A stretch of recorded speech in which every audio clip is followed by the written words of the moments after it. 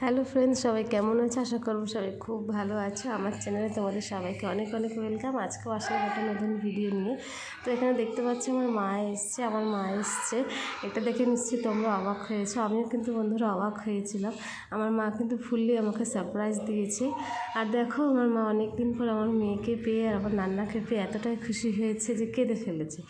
আর দেখো, ঘড়িতে বাজে এখন 2:30। মা কিন্তু 2:30টার সময় এসে পৌঁছেছে রাতের বেলা। আর এসেই দেখো, আমার মেয়ে কিন্তু আমার মাকে অত রাতে দেখে ঘুম থেকে উঠে গেছে। আর মাকে কিন্তু আনতে গেছিল আমার বর। আর এই মা এসে দেখো যে কী কী জিনিসপত্র এনেছে সবই বার করছে। আর তোমাদের একটা জিনিস বলার আছে, যে অনেক সব মাই হয়তো এরকম হয়।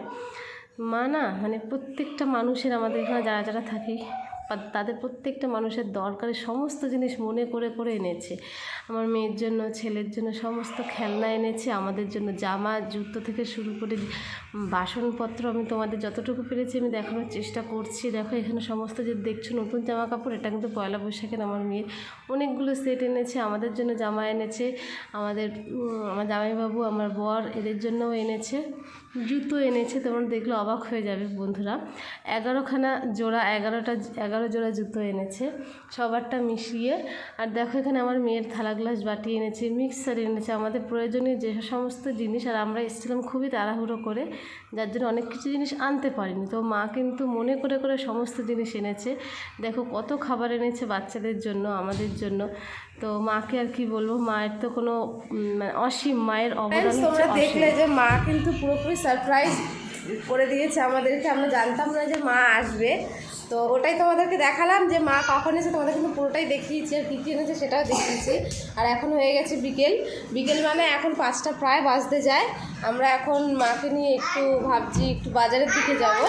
আর বাজারে গিয়ে আমরা কি করব সেটাও তোমাদেরকে শেয়ার করব। আর একে তো তোমরা চেনোই, কালকে দেখেছে কিনা আমি জানি না। আর এখানটায় ও এসে খুবই কতটা মজা পাচ্ছিস সেটা বলে এবার, মানে ভালো লাগছে এখানে এসে নতুন জায়গায়। হ্যাঁ, এবার একেও নি। এবার বলো, তুমি কেমন আনন্দিত হয়েছো দিদুর আসাতে? খুব আনন্দ পেয়েছো। তো যাই হোক, এখন আমরা যাব বাজারে। মা এতটা, সত্যি কথা বলতে কি বলো তো, মা এতটা খুশি দেবে আমরা কখনো ভাবিনি, আশাই করিনি। তো এরকম মাঝে মধ্যে খুশি পেলে কেই না খুশি হবে না, এরকম আনন্দিত হলে কেই না কারোই না ভালো লাগে, কি ছেলে বলো কি মেয়ে বলো, সবাই ভালো লাগে। তো মাকে ছেড়ে অনেক দিন এখানে ছিলাম, খুব খারাপ লাগছিলো। ফোনে কথা হতো, কিন্তু যতই ফোনে কথা হোক, তাও একটা নিজের মাকে ছেড়ে, পরিবার ছেড়ে, দেশ জায়গা ছেড়ে আসাটা খুবই কষ্টকর। আর আমার মেয়ে, তোমরা অবাক হয়ে যাবে, আমার মেয়ে কিন্তু আমার মাকে একদম ভোলেনি। মাকে ওই রাতের বেলাতে দেখেই, মা ঘুম থেকে উঠেই যে দেখেছে মাকে জড়িয়ে ধরেছে। তো চলো, বেশি কথা বাড়াবো না, বাজারে যাই, তোমাদের সঙ্গে দেখা হবে বাজারে গিয়ে।